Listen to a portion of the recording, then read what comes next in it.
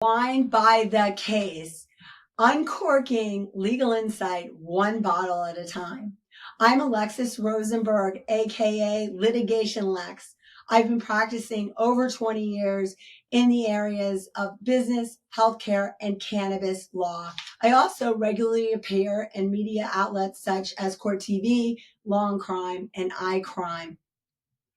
And don't forget you're a professional arguer. Yes, I'm a professional arguer. I, on the other hand, Chris Sensnick, I consider myself the employment law whisperer because it's a good day when my clients are not in the paper, unless it's for something good, like giving away checks to charity or sponsoring different things and things like that. I've been in the employment law arena for about 29 years.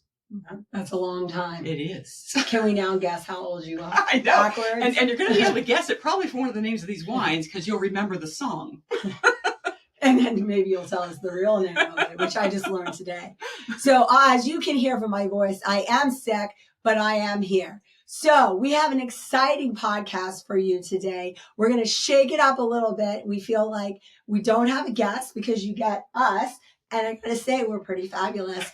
So we have decided that we are going to not only have one bottle of wine, but 3 bottles of wine. So you're going to get a little more legal insight, I guess. And we've also decided to make it fun that we are going to dive into the debauchery of the housewives and connect it to our wine tasting. Mm-hmm. What is the first bottle we have today? So we have a couple of different bottles today that we're going to try, but we're going to start with O.P.P. Ooh. Now, again, if you were alive in the early 80s and you were alive in the late 80s, early 90s, you might remember this song, Get Down with O.P.P. if you know me. But this is other people's Pinot. So not quite the same thing, but at the same time. Do you want to sing the song? As I said, Get Down with O.P.P. Now you know me. Yay! So now, do we want to tell everybody? Because she just disclosed to me what the original OG of O.P.P. was, and maybe you could like blurt it out without blurting it out. Well, it's although I don't know if this is a kid-friendly show. Screw it, we're not a kid-friendly show. The song was Other People's Pussy. Yes. So, but this is comment below if you knew that, because you know that thing where it says I was how many years old? Right, when the song came out. That would be me, and I'm not telling you my age, but it would be today. Yes, but it is one of those things that if you know the song, you're of a certain age group. But this is Other People's Pinot, and the nice thing about it is it's not expensive. It has a screw top, but it is also from the Willamette Valley, which is one of my favorites as far as Oregon and Pinot Noir. So now, is this connected to the housewives because we said the P word? We're talking about derogatory. I did not pick the wine, so I'm just trying to get the connection here with you guys while we all roll with this. The connection is we're going to be talking about somebody who decided to use other people's money. Oh, okay. So other people's property. I go to the dirty part. Okay. Other people's property with other people's Pinot. Got it. So let's have a taste. Cheers. Cheers. Well, because I have a head cold, I can't taste anything. So I don't know. She's good to me. I'll tell you this, for like a $17 bottle or less from the Willamette Valley of Pinot Noir, this is a good 7.5. All right, so other people's property. And we're talking about women. So which housewife? I feel like we need like a roll drum. Or one of those spin wheels. I know there's several right. Because when you're dealing with other people's property, they tend to use a lot of other people's property. Yes. And we have quite a few, shall we say, jail sentences as a result of having used other people's property. So which one do you want to pick? But I kind of immediately go to Jen Shaw because Ooh. She was a telemarketer, and so therefore she was using lots of other people's property. Allegedly. She was partially convicted, so we don't have to say allegedly. Right. But as lawyers, we just like throwing out allegedly. Right. And again, with the defrauding of hundreds of victims, we definitely have O.P.P, other people's property being used. So if you've watched any of the Housewives, you understand why we're talking about this. But she was on Utah, everybody. She was on Utah. So if you're going to go look for her. And how many years did she get, allegedly? She got 6.5 years. Wow. However, it's just come out because of the whole restructuring of something. I think the Chrisleys also got a reduction in their sentence. So she did get a year knocked off. But it's my understanding she's also on like kind of a cushy little, if you could say that. I mean, that's kind of contradictory. A cushy jail. There's the Fed pen. Right. Where, some people get to go to. Right. Not everyone. I mean, on the scale of prisons, I think she's on not like that one that's on like one of those AMC or TV. Well, Green Bay didn't go to Club Penn. So he did not go to Club Fed. But at the same time, you have somebody who, when they take you away, they do look at your property, O.P.P, that you have that may be there that they can sell or things like that. Now, there was a problem with something they wanted to sell for her, wasn't there? Well, they were confiscating all her stuff because that's what the feds like to do. And in their compensation of her property, they took her designer bags and jewelry and so forth, which is normal when something like this happens. And because they end up, when you are convicted, you also get fines and you could get restitution. That's where you have to pay your victims back. Mm-hmm. Right. And they took her handbags. Oh my. And apparently, wait for this, people. Some of them were fake. But there's a market for fakes. Yeah. But I don't think the feds wanted the fakes. No. The feds can't really deal in fake bags. No, because that would be engaging in counterfeit property. Right. And I actually did read last night about how people get the fakes in from China. Wait, they probably had to burn them. I wonder if they had to burn them like the marijuana when they confiscate that. Maybe there was a fake bag burning. Well, I do know because I once went through TSA with some other people who were bringing in bad wine. They were bringing in some wine that really you didn't need to be bringing in because you can buy it in your local supermarket. So they brought in some of Snoop Dogg's cab. And the people confiscated it and said, well, we can't wait because we're going to be bidding on this at our little auction they have every year. All right, well, let's not accuse the federal officials of maybe taking evidence. But you're not allowed to bring wine onto a carry-on. No, but I think that's a little different than the feds going in and taking her stuff. Yeah. And then finding out the employees taking it. Let's not accuse them of that. We won't. Again, alleged. Alleged. Again, or possible. That wasn't alleged. That was a hypothetical, speculative in a faraway land. Well, and keep this in mind, the feds, whether it's through TSA or through confiscation, cannot sell counterfeit bags because that is a copyright violation. Right. So to get back to what she was charged with, so it was more or less fraud, and it happened. There were lots of testimony about seniors. And so, that is a major offense. And you will have potentially the federal government after you. But what's interesting on that show, a lot of people were saying, we're not understanding how you make money. How are you making your money? Because they weren't understanding the concept of her business plan, I guess, because she was leaving out telemarketing, fraudulent aspects of the business. But my question before we go on to the next one is, why would you go on TV if you knew you were committing this crime and now there's going to be did she just want a neon sign? Hello, come and get me. Here I am with my fake bags. I think it's the Kung Fu thing. Is that it? Yeah. Come and get me. Because the answer is, I'm on television. I'm showing all this openly. I'm not hiding it. So where's the fraud? Right. I'm not being deceitful, except in the telemarketing, there was a lot of deceit, allegedly. And then, of course, the property that was taken and the people wanted the property. You think she thought she was just super persuasive that the Fed was going to go? And she was going to be, not me. Is that what she thought? So she was scamming all of these Or the producers would get involved and say, how much was it? Oh, I don't think the producers of Bravo would do that. Because it definitely made for better ratings having her arrested. That's true. Maybe they would ring. Okay, this is an old phone. Ring.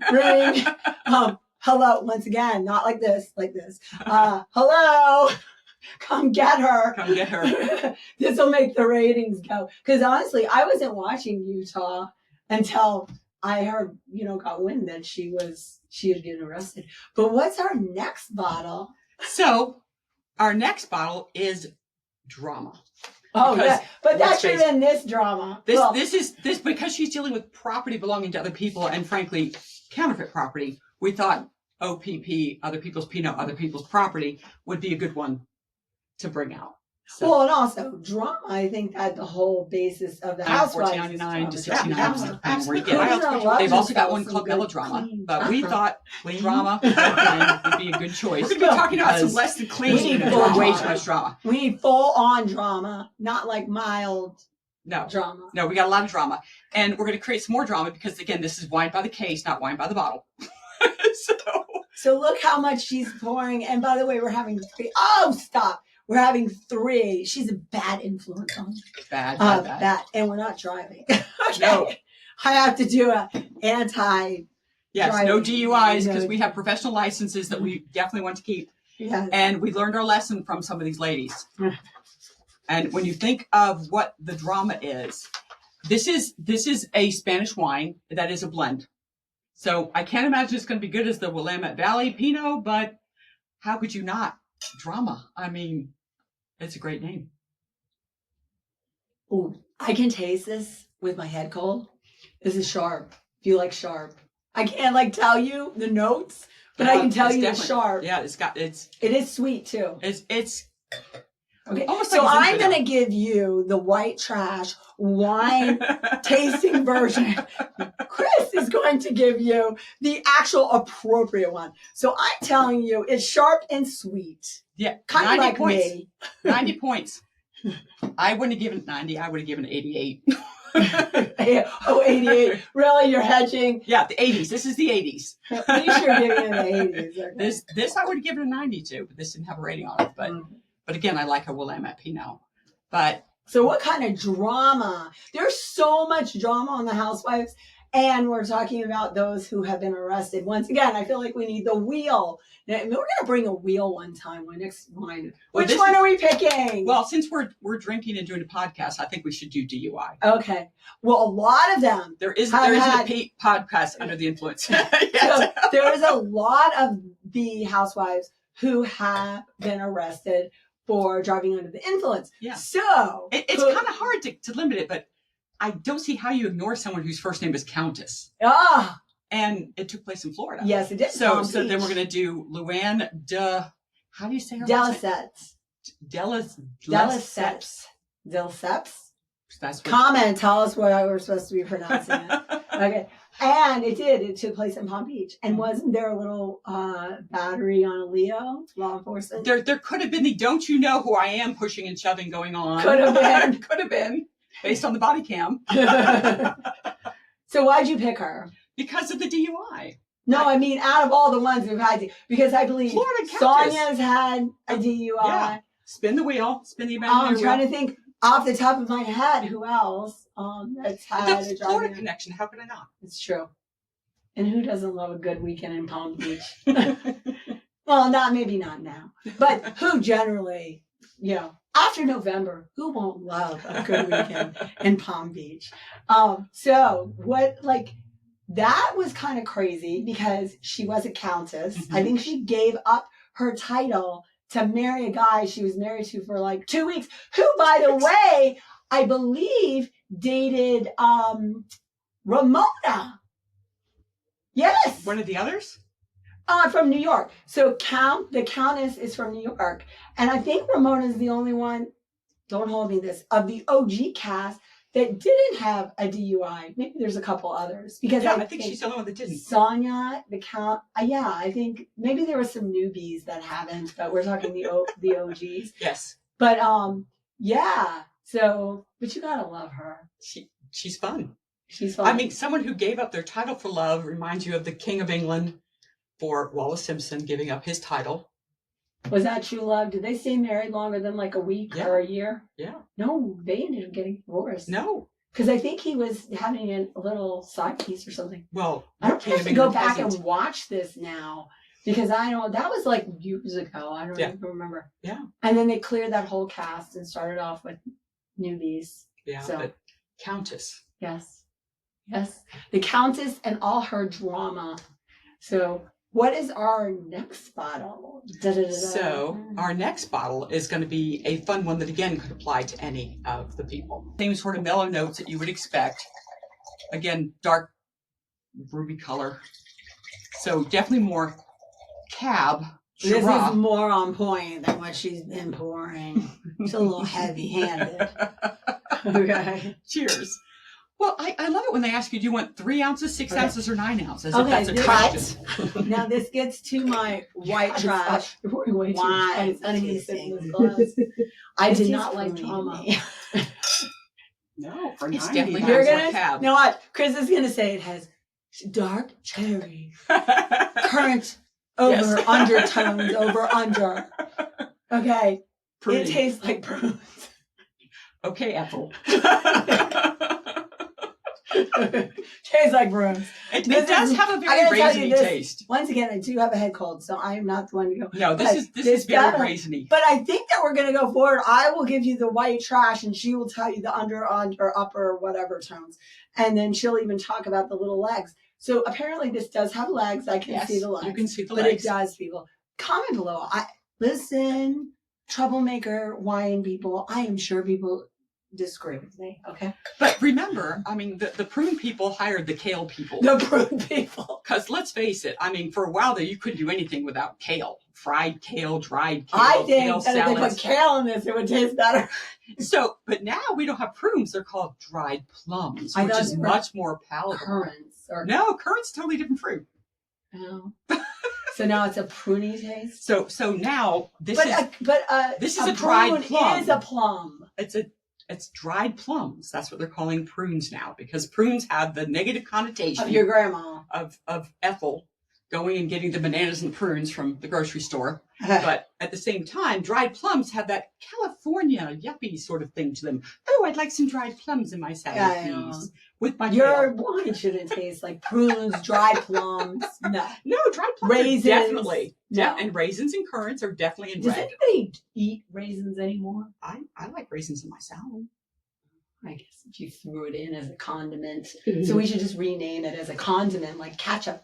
Well, it's not an actual. And you know, people who have anemia are told to eat raisins because they're high in iron. It's better than liver. All right, so troublemaker. There's a lot of troublemakers on the Housewives, and if we rack our brains. Oh, that you don't have to rack that up. There's one name. Let's just pick the state. Well, I mean, is it New York or New Jersey? I mean, come on.